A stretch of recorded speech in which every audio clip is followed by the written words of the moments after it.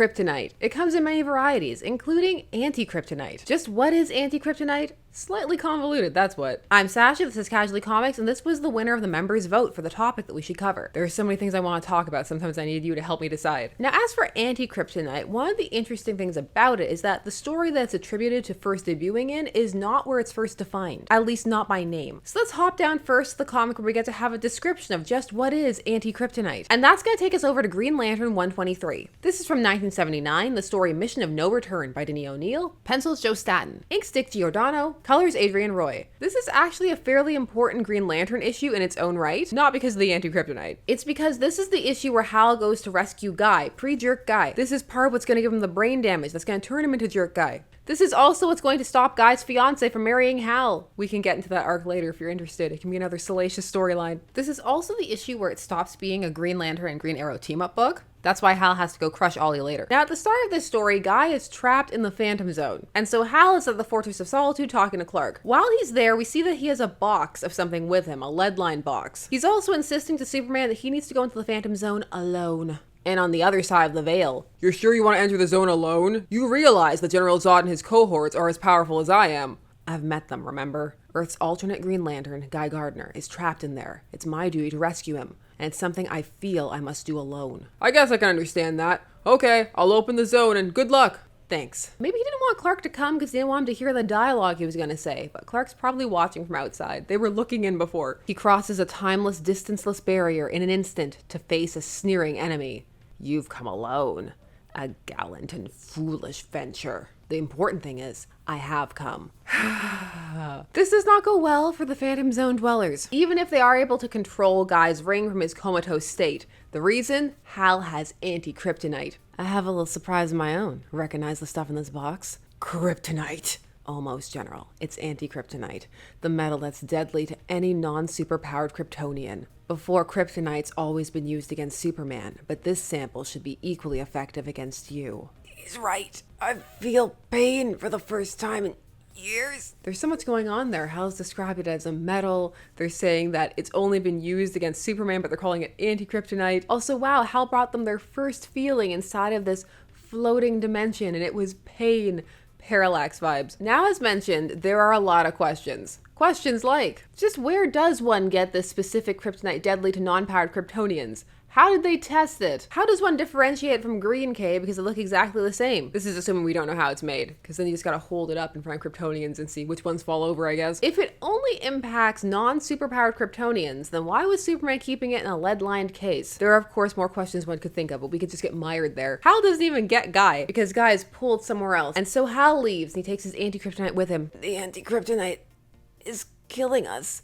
Is this what you wish? I have no right to judge you, to condemn you. I'm leaving, and I'll take the Anti-Kryptonite with me. And that's all the Anti-K for this story, because Hal's gotta go to Quard, and he also has to tell Ollie that he can't come. And that's gonna make him so mad that he's gonna snap one of his arrows in half. How dare Hal not want an archer on an interdimensional space mission? Now, as for Anti-K, where do they say that it first debuted? Well, for that, you have to look at Action Comics 252 from 1959, which is an iconic issue because that's the issue where Supergirl debuts. It's also where Metallo debuts. You get two inside of there. And there's also a Con-Gorilla story. People tend not to remember the Con-Gorilla story so much, though. Now, both the Supergirl and the Metallo story feature Kryptonite. Metallo dies at the end of his story. He'll be fine. Later canons will make him fine. He dies because he puts fake prop Kryptonite in his chest, thinking it's real Kryptonite. Apparently, Kryptonite powered the mechanical heart in his metal chest. This green-colored rock gave him nothing but heart failure. How ironic. So that fortune cookie prophecy came true.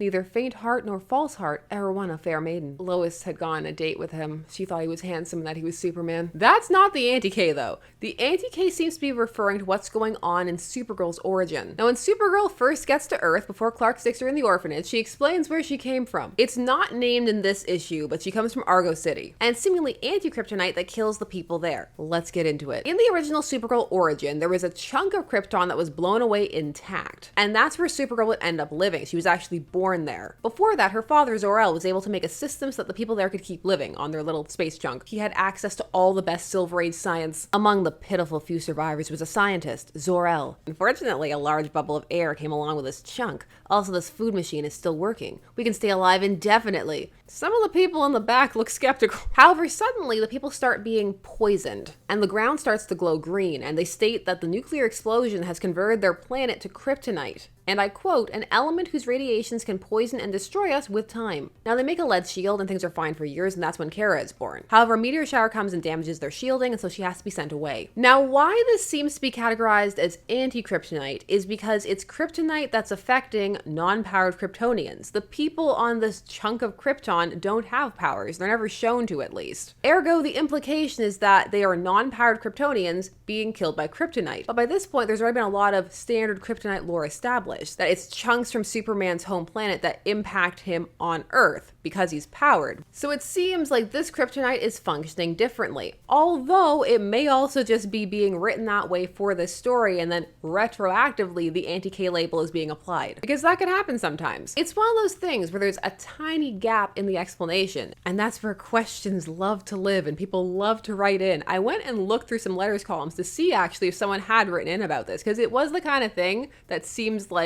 it would garner some questions. I did find some kryptonite questions, but not about that. Here's a letter I found from Action Comics 256. Dear editor, in Action Comics number 252, when Superman, after 6 minutes of using his X-ray vision on the kryptonite, melted it, he regained his strength. I believe that just as water, when it is frozen and when it is liquid, is still water, the kryptonite should affect him in either liquid or solid form. Is my logic wrong, or is yours? Denny coming at you with an actually glasses push-up. And the editor responds with, many substances lose their properties when they change form. When ice melts to water, it ceases to be cold. Melted kryptonite ceases to be deadly. I mean, it doesn't always cease to be cold, but some of the salt there, I can understand where it's coming from. That was a very aggressive, I'm trying to get one over on you kind of letter. There are a lot like that. And then also there are some where the letters are very genial and then the editor just goes off. So essentially almost exactly the same as time of recording, only less immediate. Now you could tie yourself up in knots about anti-kryptonite or just accept the explanation that Hal gives where he calls in the metal and also kind of see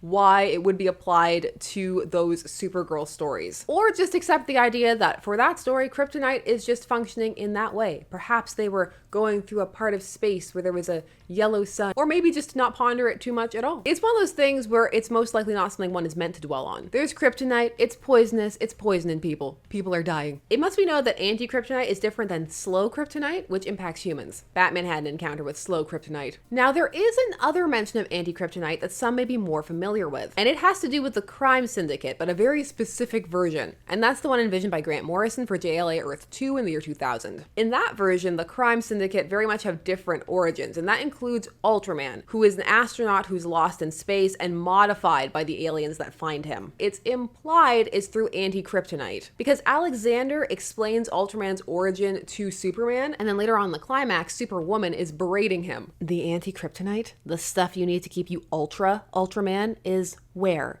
In a room in the Flying Fortress in another universe. And every second you're separated from it makes you weaker and weaker, and you do see this piece of anti-kryptonite in one of the earlier panels. It's in his trophy room where he also has these glass jars full of skulls, you know, usual villain things. This is a bit of a flip for Ultraman, because usually in other depictions of Ultraman, you see him being powered up by regular kryptonite. That's usually where the flip comes in. That rather than bringing anti-kryptonite into play. However, Earth 2 makes a decent amount of changes to the Crime Syndicate, and some of them stick and some of them don't. The costuming is one thing that takes off, particularly for Owlman. However, at the time this was written in 2000, it would have been pre-Infinite Crisis, which would bring back the multiverse after it was collapsed in Crisis on Infinite Earths in 1985. And then Infinite Crisis comes in 2005 and brings it all back. And then there are even more crisis events later on. Now, anti-kryptonite is not one of the more prominent kryptonite types out there, but the moment with Hal is pretty memorable. People tend to be fairly, your mileage varies on kryptonite. Some really enjoy it, some find it to be a plot contrivance, some it depends on how it's utilized and how much. Time of recording, it's being more utilized again. Red started to get more play. Green is getting a lot more play. There's an entire plot line, Superman Unlimited, that centers around it. There's a special Black Label book by the Ice Cream Man team, the Kryptonite Spectrum, that is set to explore these more varieties of kryptonite in an Elseworlds type story. Black Label is in an interesting place. It's Elseworlds unless something really sticks. It's just fascinating to see the wax and wane of popularity of kryptonite and how it can be viewed as a viable storytelling device or not. Perhaps after all this usage, it will re-enter the era of being overused and played out. We're certainly a long way from the Kryptonite No More storyline, time of recording, but we'll see where we end up. As for anti-kryptonite, yay, nay, do you feel that that is what was going on in the Supergirl origin, the classic one? one that that's why they were dying, that it wasn't regular kryptonite, but anti-kryptonite? Do you just not care? Share your thoughts down below, and thanks as ever for taking some time today to spend discussing comics with me. I always appreciate it. Please do all the YouTube things, like, subscribe, share. If you're so inclined to check out the vote, please do that, and as ever, there'll be more videos coming soon. Bye-bye.